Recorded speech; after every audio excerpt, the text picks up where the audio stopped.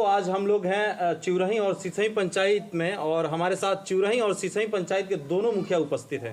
मुखिया जी, जानना चाहेंगे क्या मुद्दा हो गया, क्यों आपने हम लोगों को बुलाया है? मेरा नाम विजय यादव है। मैं चिउरही पंचायत का मुखिया हूं। मैं आप लोगों को इसलिए यहां बुलाया हूं इस प्रेस कॉन्फ्रेंस की वार्ता में कि 28 तारीख को मेरे यहां बाढ़ आया था, 28/9 को, और वह बाढ़ 2 तारीख तक रहा। लगभग 120 घंटा तक पानी घरों में रहा और लोग जल इतने मैंने 5 वार्ड का पंचायत है, 5 वार्ड पूरी तरह से डूब चुका था। अंचलाधिकारी महोदय के द्वारा वहाँ सिसई में जाकर के एनडीआरएफ की टीम लगाई गई थी। वहाँ डीसीएलआर मैडम भी आई थी। हमारे यहाँ भी 4 नाव दिया गया था। हम लोगों ने किसी तरह से 11 बजे रात में पानी आया और किसी तरह से दिन भर लगा वहाँ के जान माल को बचाने में। हम लोग लेकर वहाँ आए।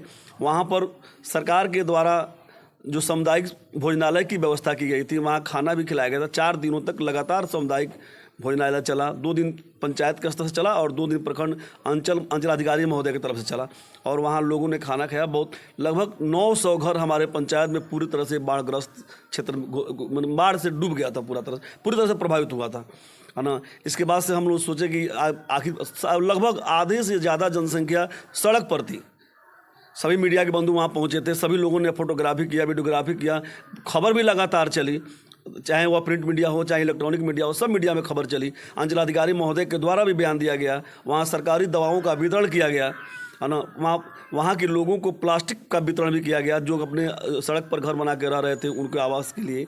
लेकिन इतना सब सहते हुए भी जब वहाँ सरकार के द्वारा बाढ़ पीड़ितों को वहाँ रिलीफ देने की बात आई, उनको मुआवजा देने की बात आई, तो अंचलाधिकारी महोदय के द्वारा यह कहा गया कि वहाँ पर मानक के अनुसार पानी नहीं है, इसलिए उन्हें नहीं दिया जा सकता है। मुखिया जी, सवाल अभी इस पे बनता है। अब आप 4 प्रखंड है लगभग, पिपरासी और भितहा, मधुबनी और ठकरहा, लगभग सब डूबे हुए थे गंडक पार में। आप क्यों स्पेशल हैं? आपको क्यों मतलब ये दिया जाए? आप क्यों इस पे इतना फोर्स डाल रहे हैं? बाकी पंचायत और प्रखंड के मुखिया इस चीज के विरोध नहीं कर रहे हैं। पिपरासी में भी 7 पंचायत। मैं बता रहा हूं आपको कि जिला से 3 पंचायत आया था, सिरपत नगर, चिउरही और सिसई।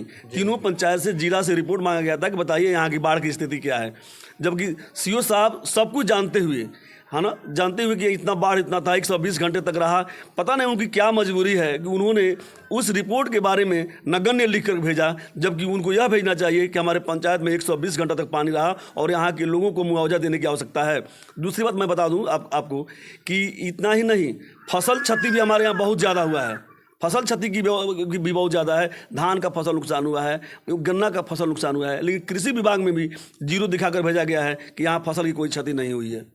सिसई पंचायत के भी मुखिया हैं, उनसे भी बात करेंगे। सर, आपके पंचायत में कितनी क्षति हुई है और क्या क्या दिक्कत का सामना पड़ा है? हालांकि रिपोर्टिंग के दौरान आपके साथ हम लोग सब उपस्थित थे, सीओ साहब भी थे। क्या कहेंगे, क्यों इस तरह से बाढ़ पीड़ित क्षेत्र नहीं घोषित किया गया आप लोग के पंचायत को?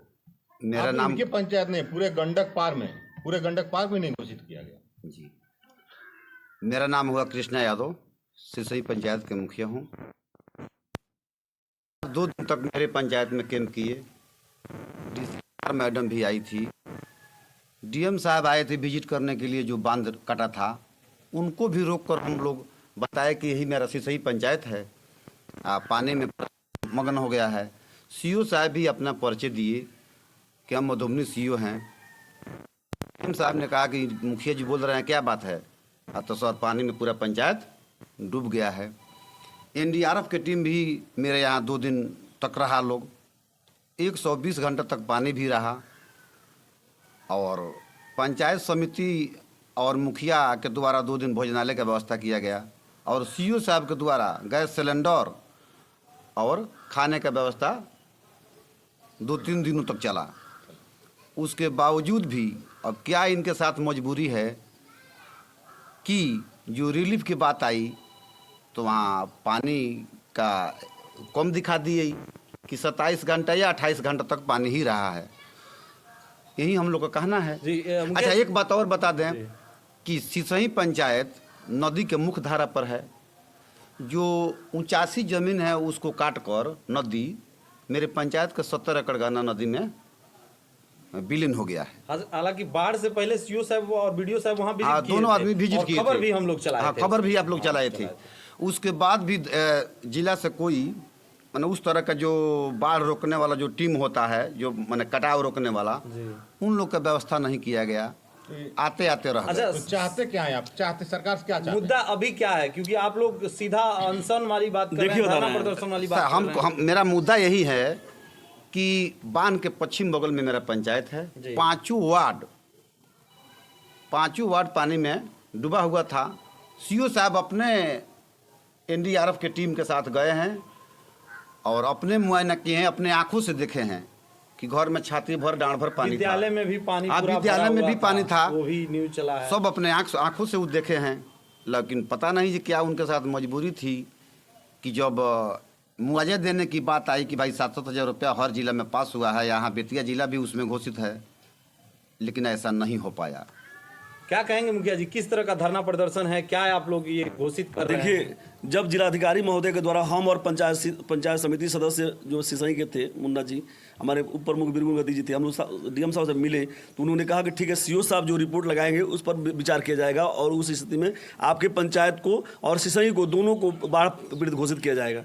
हम लोगों ने कहा कि चलिए कम से कम बाढ़ पीड़ितों को जितना नुकसान हुआ उतना नुकसान हुआ, लेकिन सामने पर्व था, दशहरा था, छठ है, दिवाली है, सब लोग यहाँ इस पर आश्रित थे कि कम से कम हमारा गन्ना धान चला गया, लेकिन सरकार के द्वारा जो मुआवजा मिलेगा उससे हमारा त्यौहार बढ़िया से बीतेगा। आज सामने छठ है, दिवाली है, लेकिन अंचलाधिकारी महोदय के द्वारा सीधे हमारे मैंने दोनों पंचायत के जनता के पेट में चाकू मारने का काम किया गया है। लोग एकदम मतलब इतने परेशान हो गए हैं, है ना। जब सुनते हैं लोग कि यहाँ की ऐसा कि अब बाढ़ रिलीफ नहीं मिलेगा, तो हम तो जनप्रतिनिधि हैं, हम तो उन लोगों की गाली सुनने के लिए बने हुए हैं, वो तो लोग करवे करते हैं। लेकिन अंचलाधिकारी महोदय के द्वारा बार बार विश्वास दिलाया गया, है ना, कि आप चिंता ना करें, मानक के अनुसार पानी का जो है उसको लिख के भेजा जाएगा। हम लोगों से उसके बाद भी रिपोर्ट देने के बाद भी हमको आश्वासन दिया गया कि हम लोग जिस तरह से है उस सही ढंग से भेजा है। और जब बात आई, जब हम लोगों ने चिट्ठी देखा उस चीज़ को, जब हम लोगों ने ये देखा कि हाँ हम मतलब क्या लिख के भेजे हैं, उस समय कहा गया कि नहीं, सीओ साहब बोले कि जब चारों प्रखंड में कोई सीओ नहीं लिख के भेजा है तो हम कैसे लिख के भेज देते। जी मुखिया जी, आप कह रहे थे, आप कल भास्कर में छपा हुआ है आपका न्यूज कि आप लोग धरना प्रदर्शन करने वाले हैं, इसमें कितनी सच्चाई है?